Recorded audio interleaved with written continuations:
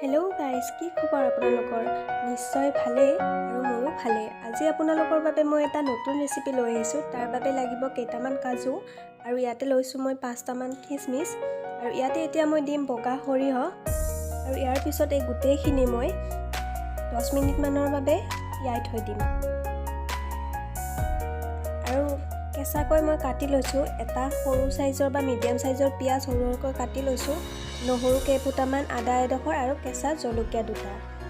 আৰু বন্ধুসকল, মই বহুত দিনৰ পৰা ভিডিঅ' দিয়া নাই, তাৰ বাবে আপোনালোকৰ ওচৰত ক্ষমা বিচাৰিছোঁ। আকৌ আগৰ নিচিনা ভিডিঅ' দিম বুলি ভাবিছোঁ, তো আপোনালোকে আগৰ দৰে মোক সহায় কৰি যাব। আৰু মই তৰকাৰীটো বনাবৰ বাবে পটল লৈছোঁ, এপোৱাৰ অকণমান বেছিয়ে লৈছোঁ।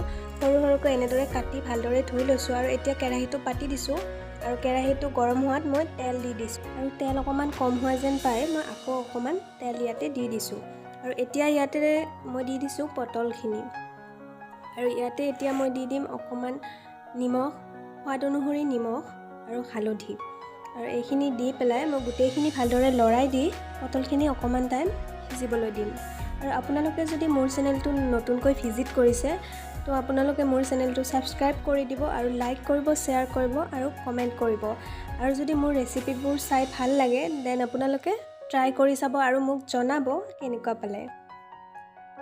আৰু এতিয়া মই এইখিনি অকণমান সময়ৰ বাবে ঢাকনিখন লগাই দিম।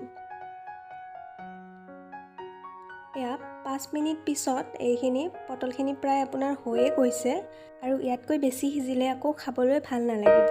আৰু এতিয়া মই এইখিনি তেলখিনি সৰিবলৈ দিওঁ, কাৰণ ইয়াতে তেল বেছি আছে আৰু এইখিনি তেলতে মই আঞ্জাটো বনাই ল'ব পাৰিম। তো এইখিনি সৰি গ'ল, এতিয়া মই উঠাই লওঁ। আৰু এইখিনি হৈছে আপোনাৰ পিঁয়াজ, নহৰু, আদা, জলকীয়া, কাজু, সৰিয়হ, এইখিনি পেষ্টটো মই বনাই লৈছোঁ। আৰু এতিয়া মই সেইটো কেৰাহীতে তেলটো গৰম হ'বলৈ দি এইখিনি ঢালি দিছোঁ। গেছটো অকণমান কমাই দিব, কাৰণ ফুটিবলৈ লৈছে, সৰিয়হ আছে, তো এইখিনি ভালদৰে আকৌ এবাৰ মই লৰাই দিছোঁ। আৰু এতিয়া ইয়াতে মই ব্যৱহাৰ কৰিম মছলা। মছলা দিয়াৰ আগতে ইয়াতে মই এটা সৰু চাইজৰ বিলাহী এনেদৰে সৰু সৰুকৈ কাটি ইয়াতে দি দিছোঁ আৰু ভালদৰে লৰাই দিছোঁ। বিলাহীটো দিলে অকণমান টেঙা ফ্লেভাৰ এটা আহে, তো খাবলৈ ভাল লাগে। আৰু এইটো নিদিলেও একো কথা নাই, অপশ্যনেল হয়। আৰু এতিয়া মই ইয়াতে সোৱাদ অনুসৰি নিমখ দিছোঁ। নিমখ দিয়াৰ পিছত ইয়াতে মই দিম অকণমান জিৰা গুড়ি, অকণমান জলকীয়াৰ গুড়ি আৰু দিম হালধি।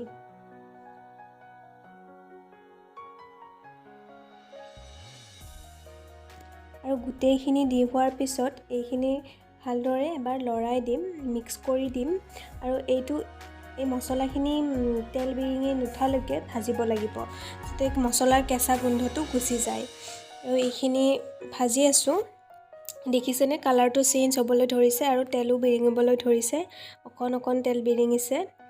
এইখিনি প্ৰায় ভজা হৈয়ে গৈছে। আৰু ইয়াতে মই এতিয়া লাহেকৈ এড কৰি দিম ভাজি থোৱা পটলখিনি।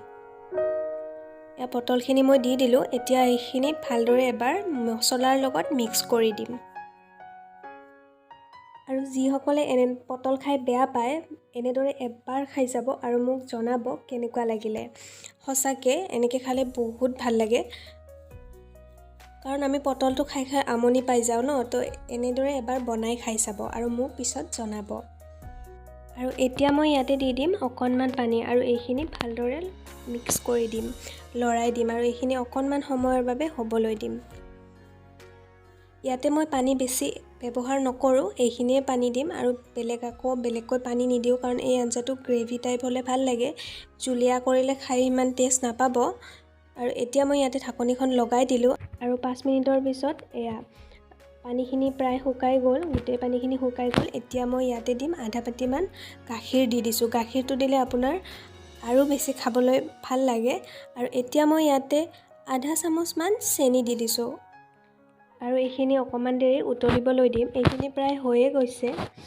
এতিয়া মই ইয়াতে দি দিম পকা জলকীয়া কেইটামান আৰু দিম কাটি থোৱা ধনিয়া।